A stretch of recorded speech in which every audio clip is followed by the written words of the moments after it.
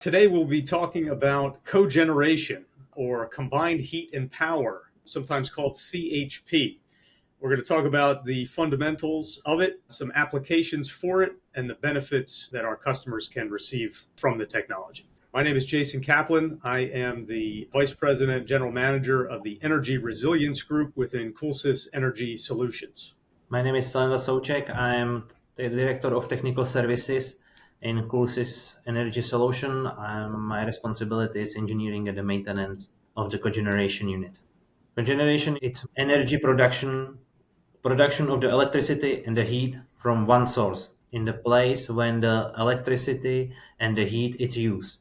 It means that the cogeneration units are really efficient. They don't have transient losses, for example, for the electricity, like in comparison with the industrial plant.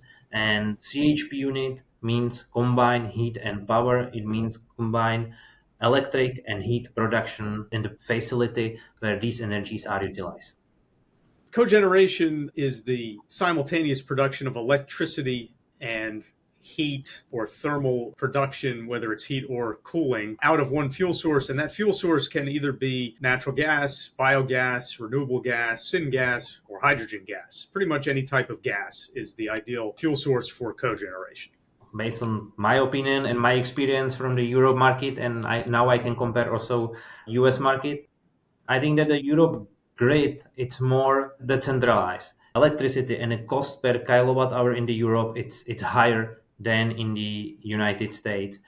Possibility to do the grid balancing and cover the peak create a lot of opportunities for the CHP unit. In the United States market is definitely growing, and there is a lot of opportunities.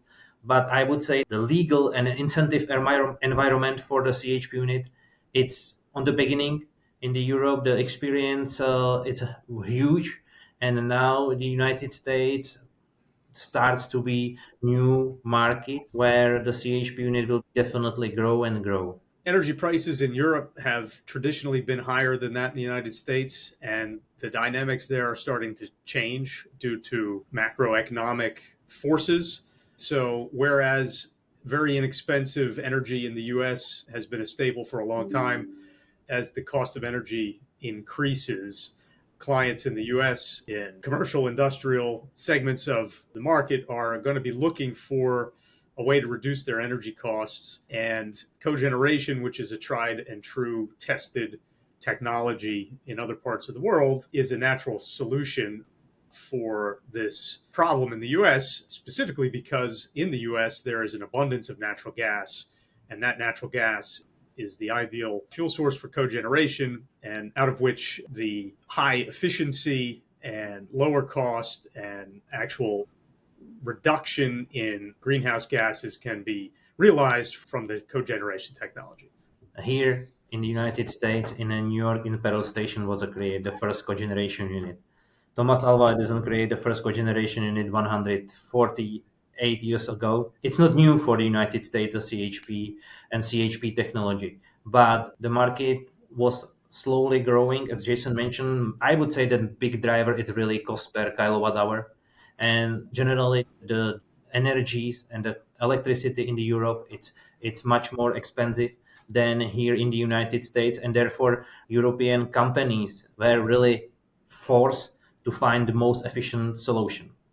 Key benefits of cogeneration include high efficiency. We're able to extract a lot more of the energy out of the fuel than you can otherwise receive from the grid by itself. By putting the power plant at the same location as the energy is going to be consumed, you reduce the losses in heat, in transmission losses that would otherwise occur from buying grid electricity. So a high efficiency system means that you're going to end up paying less for the usable energy that comes out of it. I think that another benefit is also CO2 saving, because if you compare the grid in the United States and the CO2 production as an average, I think 1 year ago, the average for electrical production was roughly 1,300 pounds per megawatt hour of CO2 it's create. And if you install the CHP unit, which means that we will produce the electricity and the heat. Offsetting of the fuel, which will be burned in and use it in the boiler, actually can set really low the CHP unit. As I mentioned, 1300 pounds of CO2 it's created per megawatt hour, and utilization 1.5 megawatt of CHP unit, you produce only 650 pounds of CO2 per megawatt hour. It means that the CHP unit is still more green than the current grid. Of course, we have here renewable sources, solar panels, winds. We are not talking about it. We are talking right now about the current grid status and grid condition. How many CO2 it creates per megawatt hour. The other benefit of CHP is the fact that it's immediately dispatchable. Unlike some of the other renewable technologies, wind or solar, which require the atmospheric conditions to be just right in order to produce the maximum amount of power. With a CHP plant, you can hit the button start and the engine will start and you will immediately have the power production. So that provides a high degree of resiliency. It is more reliable than technologies that rely on the transmission grid. Transmission typically being underground and also typically being highly reliable. As long as gas is present, power can be generated, unlike those other technologies. Cogeneration unit can use and burn different type of the fuel. The most common is a natural gas, but very popular it's a biogas, LPG, LNG, or right now really popular and growing hydrogen as a fuel. Talking about hydrogen for a minute, hydrogen gas is not readily available. However, the cogeneration technology has evolved to a place where most engines can burn up to 40% hydrogen without any real modification. So it's cogeneration is a bridge to get from now until hydrogen gas is available. A cogeneration unit placed in service today can burn natural gas, biogas, renewable gas, and blend in hydrogen, and then can be easily converted over to a 100% hydrogen engine when the fuel is available. So putting in a cogeneration unit today is not going to preclude you from using hydrogen, which is emission free in the future. Yeah, to follow up what Jason said, it's really important that hydrogen doesn't have a built infrastructure. Infrastructure rules and code needs to be created to properly operate, maintain the hydrogen. And I have to say that it's definitely several pilot projects where it's using also 100% hydrogen. There is several CHP manufacturers who spend development on the hydrogen, but the hydrogen, it's a new fuel. The engine can be modified to burn the hydrogen, but it's not there. It's not too popular like to use natural gas, biogas, LPG, LNG. The facilities that benefit most from cogeneration, clearly those that need high reliability of their energy sources, hospitals, hospitality, multifamily buildings, wastewater plants, supermarkets, heavy industrial plants. If a company is making paint, for example, and it needs to be stirred all the time, you need high reliability on your electric power. Cogeneration would be a good fit. CHP unit, it's burning fuel and produce electricity and heat. But this heat can be converted to, for example, cooling. If CHP unit it's combined with the absorption chiller can utilize the heat from exhaust gases, then we can create a source called trigeneration, and we can produce electricity, heat, and cooling to satisfy, for example, hotels over the summertime. With the combination of the cooling tower can produce the cooling for the hotel and also heating for domestic hot water and produce electricity. There are also several projects called CoGeneration. It means that also from exhaust gases it's utilized CO2, and as an output from CoGeneration it's electricity, heat, cooling, and CO2 capture from exhaust gases. So it means that the CHP unit can be used really in many of different facilities, plants, multifamily building, and we are using and installing and maintaining CHP unit from 30 kW up to several megawatt. And the several megawatt means, for example, 10 megawatt plant will be combined with several small sources, but we are capable to design, integrate, and maintain the CHP unit in this big range. Pharmaceuticals are another great place where cogeneration can be beneficial, again, owing to the need for reliable power during the production process. This technology can be applicable to a broad range of facilities. I would say that the screening mechanism to utilize for whether or not cogen is applicable would start with, is reliable power important to your facility? Is the facility in operation more than 5,000 hours a year? Is there a need for any sort of equipment refurbishment or replacement coming up? Is thermal recovery from cogeneration something that could be put to use in either heating, cooling, or steam production? If the answer is yes to these things, or any of these things, likely CHP is a suitable technology to reduce operating expense and increase reliability for the facility. If the electrical rate is higher than 7 cents per kilowatt hour, it makes sense to consider to thinking about the utilization of the CHP unit.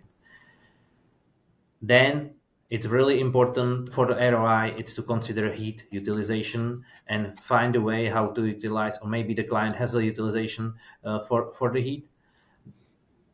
And that's main key. It's really main driver for the CHP installation. It's a cost per kilowatt hour. It's important to realize that cogeneration, in many cases, can reduce greenhouse gas emissions, and an analysis of the location and the particulars are needed to quantify the savings. But generally speaking, cogen is less greenhouse gas emitting than the grid is, and thus results in a savings of greenhouse gas emissions. We aim on every project to be under 5 years, and we typically see in the range of 2 to 3 years. That is, of course, utilizing the available incentives. There are federal, state, and local incentives that typically come into play with these projects. And when you can utilize those incentives, the ROI is typically 2 to 3 years. We were able to implement a cogeneration system in a hospital that took the hospital off of the district steam loop in the city where it's located. And as a result of that, by using converting to a hot water system, the facility was able to reduce their cost of that energy, as well as increasing significantly the reliability of the plant by being able to do climate control from a cogeneration plant that is highly reliable, owing to the natural gas grid being highly reliable. They were able to safeguard against natural disasters that would otherwise force them to use diesel generators for power at the expense of some of their climate control. So cogeneration was successfully implemented to give them a redundant, resilient space for patients even during grid outages. I see really big multifamily family buildings, let's say the colleges, where the CHP unit was installed to produce heat, cooling, and be island capable. It means that if the multifamily building lost the grid, the CHP unit is able to start and produce the electricity for critical lighting and also elevator. This CHP unit was over the winter time produce and cover boiler outage. When the boiler failed and the second boiler also failed, the CHP unit was only one heat source, because our remote monitoring technician and our 24/7 365 monitoring center was working continuously on these assets. We were able to provide heat and electricity for over 200 tenants in the facility, and they didn't have to be relocated. Another successful implementation of cogen is in the scenario where a facility wants to expand and will need more power, but the power from the grid is unavailable. So in circumstances where the expansion of a facility, for example, would exceed the power available in the local substation of the grid, One great use of cogeneration is to provide a bridge to grid, which is to say that a cogen plant could be installed in a much faster manner than any sort of substation upgrade or transmission line upgrade. And that cogen plant can provide power to the facility in an off-grid situation until such time as the grid is available. Then that grid can be interconnected and the cogen plant can be converted to other forms of power like a peaker plant or standby power, etc. The services what we are providing to our client really start from initial study, cost analysis, go through the electrical interconnection design, integration, installation, and then after sales maintenance. This after sales maintenance is really heavily supported by 24/7 365 monitoring center. We have a monitoring center located in the United States and also in the Europe, where we are able to cover whole year, whole 24 hours a day. And our technicians on the monitoring center are really certified and skilled technicians with over decades experience in the industry and are ready, trained to support each of our installation. We are created a weekly, monthly, annually report for our clients to analyze the downtime. One of our key things is also predictive maintenance, where we try to predict fail and inform client or maybe notify dispatch and schedule the technician to do more than routine maintenance to increase the efficiency of the CHP unit and cut down the downtime, that the CHP unit are really very, very well maintained and running 24/7 365 as possible. The services that we provide include consulting services up front for looking into the feasibility of a cogen plant for a client. We have turnkey installation, whether that's CHP, a gas heat pump, a heat recovery steam generator. We do full corrective and preventative maintenance. We also perform all of the engine overhauls in-house, and we also provide 24/7 365 monitoring through our redundant monitoring centers.